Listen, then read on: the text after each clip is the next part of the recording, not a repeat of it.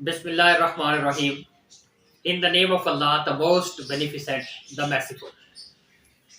اگر آپ اپنے مزاج کو خوشگوار رکھنا چاہتے ہیں، اپنی طبیعت کو بحال رکھنا چاہتے ہیں، تو اپنی روزمرہ کی ان 10 عادات پہ لازمی غور کریں اور ان عادات کو بہتر کرتے ہوئے آپ اپنی روزمرہ کی زندگی کو پرسکون بنا سکتے ہیں اور اپنے دن کو اچھا گزار سکتے ہیں۔ آپ ان کو ٹیمپرامنٹ فیکٹرز بھی کہہ سکتے ہیں، یعنی وہ فیکٹر جو کہ آپ کے موڈ کو بناتے یا بگاڑتے ہیں، وہ فیکٹر جو آپ کی فیصلہ سازی کی قوت کو بڑھاتے یا کم کرتے ہیں۔ یہ وہ فیکٹرز بھی ہیں جو آپ کی صحت کو کسی نہ کسی حوالے سے متاثر کرتے ہیں، یعنی بہتر بھی کرتے ہیں اور بگاڑ بھی سکتے ہیں۔ یہ وہ فیکٹرز ہیں جو کہ کسی نہ کسی حوالے سے آپ کی کامیابی کے ساتھ لنکڈ ہیں۔ یہ وہ فیکٹرز ہیں جو کہ آپ اپنی جاب پہ ہیں، یا آپ اسٹوڈنٹ ہیں، آپ بزنس مین ہیں۔ یہ وہ فیکٹرز ہیں کہ جو ان تمام معاملات میں کہیں نہ کہیں آپ کی زندگی کو متاثر کرتے ہوئے نظر آتے ہیں۔ بلکہ یہ کہنا بے جانا ہوگا کہ ہم سب کی زندگی انہی فیکٹرز پر مشتمل ہوتی ہے، اور یہی فیکٹر ڈیسائیڈ کرتے ہیں کہ ہم کامیاب زندگی، صحت مند زندگی گزار رہے ہیں، یا کہ ناکام زندگی یا ایک بیماری کی کیفیت میں اپنے آپ کو ڈالیں۔ نمبر 1، اینگر، غصہ۔ جب بھی آپ کو غصہ آنے لگے تو آپ لازمی ذرا اس کو ری وزٹ کریں کہ کہیں یہ بگاڑ کا سبب تو نہیں بن رہا۔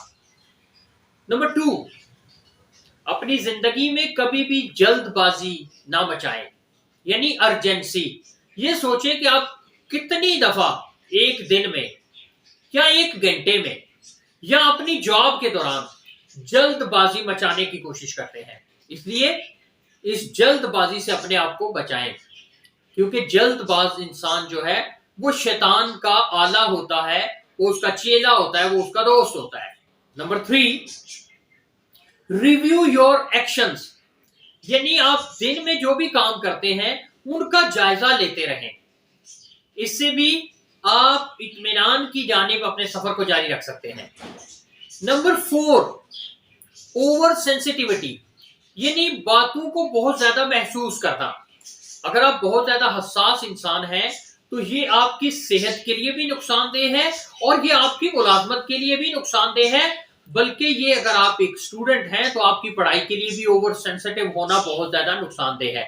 تو اوور سینسٹیوٹی کو بھی چیک کرتے رہیں۔ نمبر 5، امپلسو بائنگ، یعنی بہت زیادہ فضول خرچی کرنا۔ اگر آپ بہت زیادہ فضول خرچ واقع ہوئے ہیں تو وہ دن دور نہیں جب آپ لوگوں کے محتاج ہو جائیں گے، جب آپ کو قرض لینا پڑے گا۔ اس لیے امپلسو بائنگ سے بچیں۔ اب یعنی آپ مارکیٹ گئے ہیں اور جو چیز آپ نے لینی تھی وہ لینے کی بجائے آپ 10 چیزیں اور بھی خرید کر لے آئے ہیں، یا شاپنگ مال میں کچھ سیل لگی ہوئی ہے یا دراز پہ کچھ سیل لگی ہوئی ہے اور آپ بلا وجہ بلا ضرورت چیزیں خریدنا شروع ہو گئے ہیں، تو اس کا مطلب ہے آپ فضول خرچ ہیں۔ سو امپلسو بائنگ سے اپنے آپ کو آپ نے بچانا ہے۔ نمبر 6، کنٹرول یور تھاٹس، اپنی سوچوں کو اپنے کنٹرول میں رکھیں، کیونکہ یہی آپ کی سوچیں آپ کے ایکشنز کا روپ دھارتی ہیں، یعنی یہی آپ کا عمل بن جاتی ہیں، اور یہی پھر آپ کا کردار، آپ کی عادات بننا شروع ہو جاتی ہیں۔ سو اگر آپ ایک اچھی زندگی گزارنا چاہتے ہیں اور ایک سٹیبل ٹیمپرامنٹ کے مالک بننا چاہتے ہیں تو control your thoughts. Number 7، talking back, یعنی لوگوں کو جواب دینا، واپس جواب دینا۔ اب اکثر ایسا ہوتا ہے کہ کچھ جگہیں ایسی ہوتی ہیں جہاں پر آپ کو فوراً ریئیکٹ نہیں کرنا ہوتا، بلکہ کسی بھی جگہ کوشش یہی کریں کہ فوری سے ریئیکشن نہ دیں۔ اب یہ جو ٹاکنگ بیک ہے یا واپس جواب دینا ہے، یہ فیملی کے ساتھ اسپیشلی اس سے مراد ہے، یعنی آپ کے گھر میں آپ کے والد صاحب ہیں، آپ کی والدہ ہیں، بڑا بھائی ہے، بڑی بہن ہے، ایون آپ کے ریلیٹیوز ہیں، یا آپ کی لائف پارٹنر ہیں، تو کچھ باتیں ایسی ہیں کہ جو بہت زیادہ اوور سینسٹیو تو ہوتی ہیں، لیکن ان کا فوری رد عمل آپ کی زندگی میں بگاڑ لا سکتا ہے، آپ کے سکون کو تہس نہس کر سکتا ہے۔ سو واپس جواب دینا جو ہے کبھی کبھی اس کو تھوڑا سا ملتوی کر دینا چاہیے۔ 8ویں کرنے کی بات یہ ہے ایوائڈ اوور اسپیکنگ، یعنی بہت زیادہ بولنے سے اپنے آپ کو بچائیں۔ اللہ کی ذات نے آپ کو 2 کان دیے ہیں، زبان ایک دی ہے۔ اس کا مطلب یہ ہے کہ آپ زیادہ سنیں اور کم بولیں۔ بہت زیادہ بولنے سے جو سب سے بڑی پرابلم یہ ہے کہ جس شخص سے آپ مخاطب ہیں آپ اس کا ٹاکنگ ٹائم کم کر رہے ہیں، یعنی اس نے آپ کو رسپانس کرنا ہے، آپ کی بات کا جواب دینا ہے، اور اگر آپ مسلسل بولے جائیں گے تو وہ آپ کو اس طرح سے اطمینان کے ساتھ سکون کے ساتھ جواب نہیں دے پائے گا، جس سے پھر آپ کو بھی پریشانی ہوگی اور وہ جو آپ کا مخاطب ہے وہ بھی پریشانی میں مبتلا ہو سکتا ہے۔ سو ایوائڈ اوور اسپیکنگ، اس کو ہم کثرت الکلامی کہتے ہیں، اس سے بچیں، اپنے آپ کو بچائیں۔ اگر آپ اپنا دن اچھا گزارنا چاہتے ہیں اور پھر دن جو ہے وہ ہفتوں میں ڈلتے ہیں، ہفتے پھر مہینوں میں ڈلتے ہیں، اور مہینے سال میں ڈلتے ہیں، اور یہی آپ کی زندگی کا حصہ بنتے چلے جاتے ہیں، کیا کریں؟ Avoid over speaking. نمبر 9، یعنی وہ کون سی بات ہے جس سے بچ کے آپ اپنے مزاج کو بہت اچھا بنا سکتے ہیں؟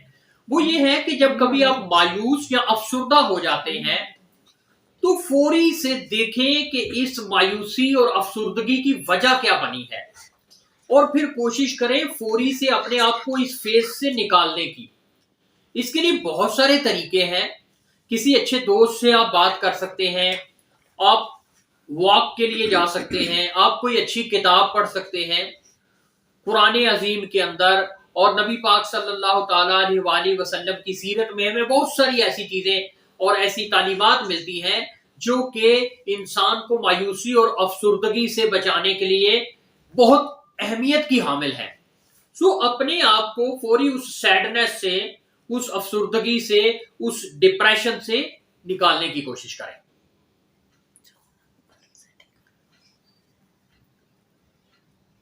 10ویں اہم ترین بات کیا ہے؟